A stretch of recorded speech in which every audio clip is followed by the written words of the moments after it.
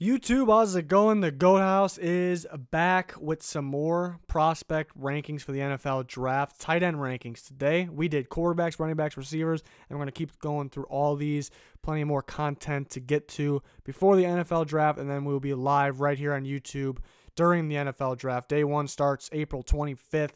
We start a little earlier than the draft, then we'll be live through it, predicting picks when teams are on the clock, and you'll get our reactions. Should be fun. Hopefully you can join us for that. Subscriber goals at 20K. Click that like button, notification button. Much appreciated. And then there's our Twitter in the bottom right. A lot of updates on there. Always talking with you guys. And then we'll be talking on there during day 3 of the NFL draft constantly. So on to the tight ends. My rankings aren't too, surprising, I guess, compared to everything else. Maybe my other positions so far have been a little surprising, but number one tight end is going to be TJ Hawkinson for me, 6'5", 251. Like I say every time when talking about TJ Hawkinson, he's a do-it-all tight end. He can play every single down. He can block. He can catch. He can run after the catch. He can even handle the ball. If you want to even have him line up at fullback, you want to keep a fullback on the roster, you can do that with him. He really can do it all. You don't really see, a tight end like this all the time. He's got great hands on top of it. So just to do it all tight end that you don't see every day, that's why he's one. I think it's pretty simple. Earlier in this process, I was doing mock drafts, and I would throw Hawkinson in the first round when I didn't really know if he was declaring or not, and people were losing their minds saying I got the wrong Iowa tight end. But, as we went on in the process, everyone realized that he was the number one tight end. So I'm staying put with that. He's clearly the number one tight end in my opinion. So on to number 2 is his teammate, Noah Fant, who is definitely more of the athletic tight end, can play in the slot, can play on the line too, could block. Is he an every down tight end? That's the question. 6'4", 249 for him. He's definitely going to be a weapon, a game changer. New style offenses are going to love him. If you're looking, I guess there's a lack of the true receiving tight ends. So I think he goes round 1. That's my grade on him. He does have some drops over the air, but you do use him a lot. You do throw him the ball, different styles too, all different routes. So I like Noah Fant still. He's my number 2 tight end. Number 3 is going to be Irv Smith Jr. from Alabama. My grade for him is round 2. I wouldn't take him in round 1. There's some talk. Maybe the last pick of first round. It's not going to be a big deal, depending on who you're passing on. 6'2", 242. Excellent receiving tight end. Can block too.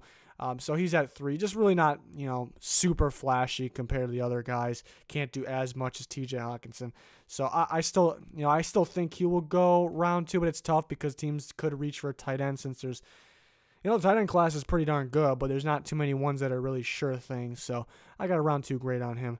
On to tight end number 4, I got Jay Sternberger, who also has a round 2, more of a late round 2. Definitely another good receiving tight end. Can line up in different spots. 6'4", 251, very athletic, very good hands, and was a big part of Texas A&M.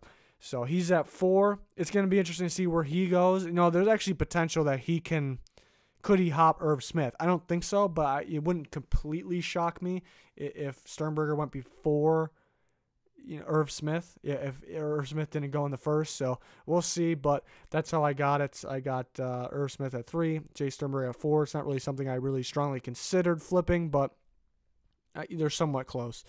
Number 5 is going to be Dawson Knox from Ole Miss. Round 3, I think early round 3, 6'4", 254. He can run block. That's really the thing about him.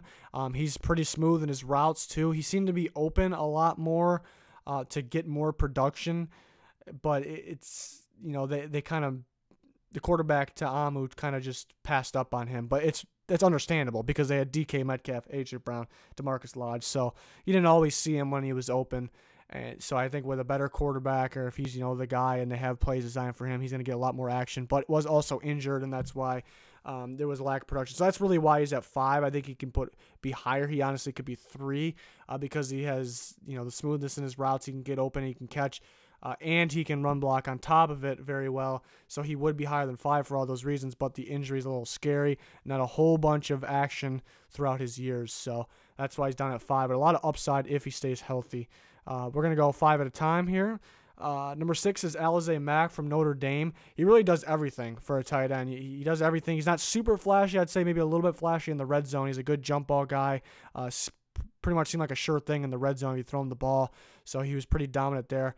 Yeah, I think everyone's just looking for like the speedy tight ends. He's not the fastest of the group, but he is pretty athletic for his size, really strong. So I do like Alize Mack. I think he could be a good 4th-round option.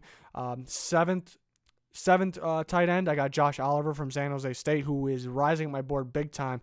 He's legit. He's a big body guy too. He can block if you need him to. But the thing that stands out about him is his hands in contested catches. Guys all over him because they knew he was the top option for San Jose State, and he just constantly made the grabs. So I think it's a safe pick. I think he's going to be a good tight end for a while here. So he's number 7 in a good tight end class. Foster Moreau from LSU comes in at number 9, athletic tight end. I think he has a chance to have a better NFL career than he did in college. And then Kahale Warring from San Diego State at number 9. Another big body tight end, can catch the ball, can definitely block. I think he's rising on people's boards. Pretty much 6 through 9 here. Very, very tight. I want to keep moving up Oliver. It's tough, though, because the guys ahead of him, like Mack, are pretty good. Moreau has the athleticism. Warring has, kind of a total package thing going, too. Big body guy. And then 10's going to be Caden Smith, who, those Stanford tight ends always end up being good. He's kind of, he's not going to be super flashy as well. Got great hands, can block. So it's just really not, he's not super flashy, but a very good tight end here. And then like I'm doing for all these rankings, I have a link for you guys in the description that brings you here to my full rankings. So there they are. I have 21 ranked. You can check them out. I kind of break down some. Isaac Nauta didn't have the best combine, but he had solid production at Georgia. Dax Raymond is a pretty good blocker. At the same time, he could be a possible receiving option too. Drew Sample, we've seen past Washington tight ends be very solid. Siobhan Wesco, maybe the best blocker out of the group, or Hawkinson at the top, but Wesco's a very good blocker. You can line him at fullback if you want. Caleb Wilson's more the athletic tight end. Keenan Brown's a sleeper from Texas State. You can line him up in the slot. He can do wonders there. CJ Conrad from Kentucky probably would be higher, but there was a health concern, so it made me drop him a couple spots because of that. Tommy Sweeney from Boston College is one of the better blockers of the draft, and I think there's a pretty big gap after 18. I kind of want to only rank the guys I would think about drafting, not the guys I would for sure draft, but then I kind of threw some other guys that would probably be undrafted options that I'd be interested in. I guess I'm a little lower than most people on Zach Gentry. I'm just not a fan of him, but he has potential. I wish he would have went back to school. He has crazy length, and I think that's why other people are a little high on him.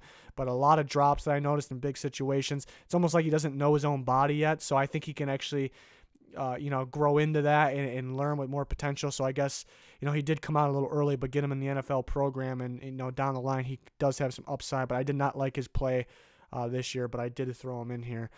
So yeah, that's going to do it for the tight end rankings. We're going to keep going through a lot of these before the draft, couple live streams, couple other videos to come, final mock drafts before the NFL draft, and then we'll be live during the draft, so hopefully you can join us for that. But that's going to do it for this one. Thanks, everyone, for the support.